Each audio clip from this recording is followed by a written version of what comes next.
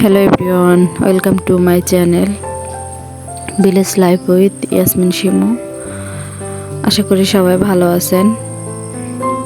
আলহামদুলিল্লাহ আমরা অনেক ভালো আছি। আরও একটি নতুন ভিডিও নিয়ে হাজির হলাম আপনাদের মাঝে। আশা করি আজকের ভিডিওটি আপনাদের ভালো লাগবে। আর আজকে আমার ভিডিওটি যদি আপনাদের ভালো লাগে ভিডিওতে একটি লাইক দিয়ে চ্যানেলটির পাশে থাকার অনুরোধ রইল।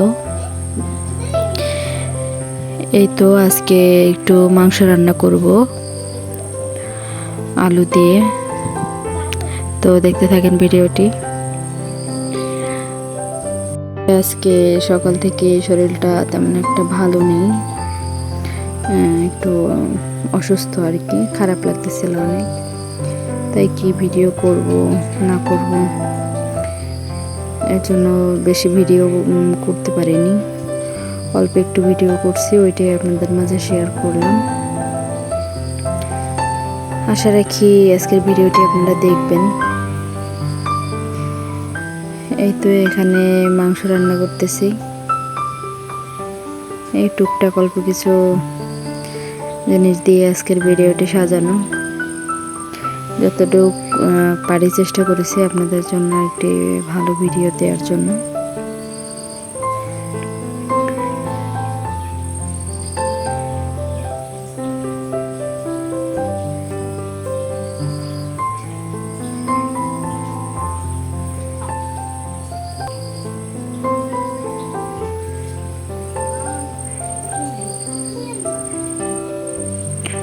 এই তো এখানে যা যা দরকার হয় আর কি দিয়ে দিয়েছিলাম। মাংস তো দিয়েছি, তারপরে দিলাম আলু, তারপরে দিয়েছিলাম আদা রসুন জিরে পেঁয়াজ বেটে দিয়েছিলাম, তারপরে দিলাম গরম মশলাটাও একটু বেটে দিয়েছিলাম, আর দিয়ে দিয়েছিলাম লাল মরিচের গুঁড়া, হলুদের গুঁড়া, ধনিয়া গুঁড়া, আর এই তো তেল দিয়ে দিলাম, আর একটু গুঁড়া গরম মশলা দিয়েছিলাম। এই তো এবার ভালোভাবে মেখে নিব।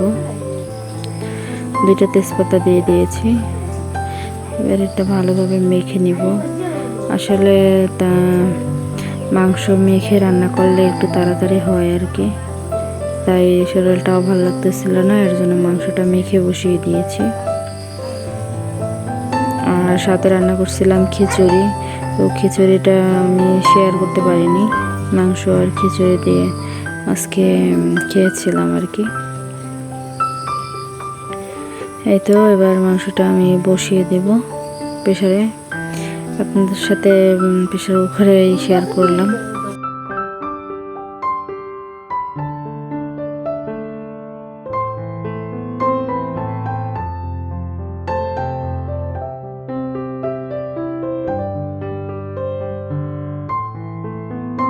তো প্রেসার কুকারে ঢাকনা লাগিয়ে দিয়েছি, এবার কয়েকটা সিটি দিয়ে নিব, তাহলে মাংসটা হয়ে যাবে। আমি আর ভিডিও করতে পারিনি।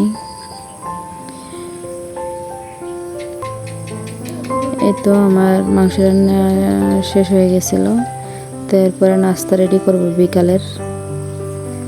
আজকে তৈরি করব আলু দিয়ে ফ্রেঞ্চ ফ্রাই। এই তো আলুটা আমি মেখে নিলাম, তারপরে দিয়ে দিয়েছি গোলমরিচ, আর দিয়ে দিলাম একটু নুডলসের মশলা, আর দিয়ে দিয়েছি গরম মশলা, আর কর্নফ্লাওয়ার দিয়ে দিলাম। এই তো কর্নফ্লাওয়ার দিয়ে ভালোভাবে মেখে নিব ডোটা আলু দিয়ে, আর একটু আটা দিয়ে দিয়েছি।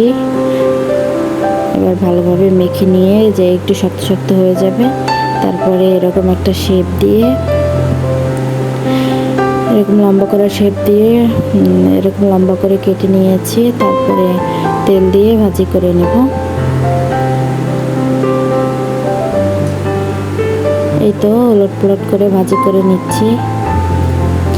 আপনারা বাসায় ট্রাই করতে পারেন, এটা খেতে অনেক মজা হয়। একটু অন্যরকমভাবে ফ্রেঞ্চ ফ্রাইটা তৈরি করলাম, আশা করি আপনাদের কাছে ভালো লাগবে। এই তো আমার ফ্রেঞ্চ ফ্রাই তৈরি। সব মিলিয়ে আজকে আমার ভিডিওটি কেমন লাগলো জানিয়েন। আমার কাছে তো মনে হয়েছে হজবরল হয়েছে।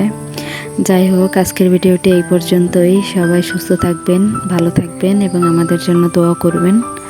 আল্লাহ হাফেজ, আসসালামু আলাইকুম।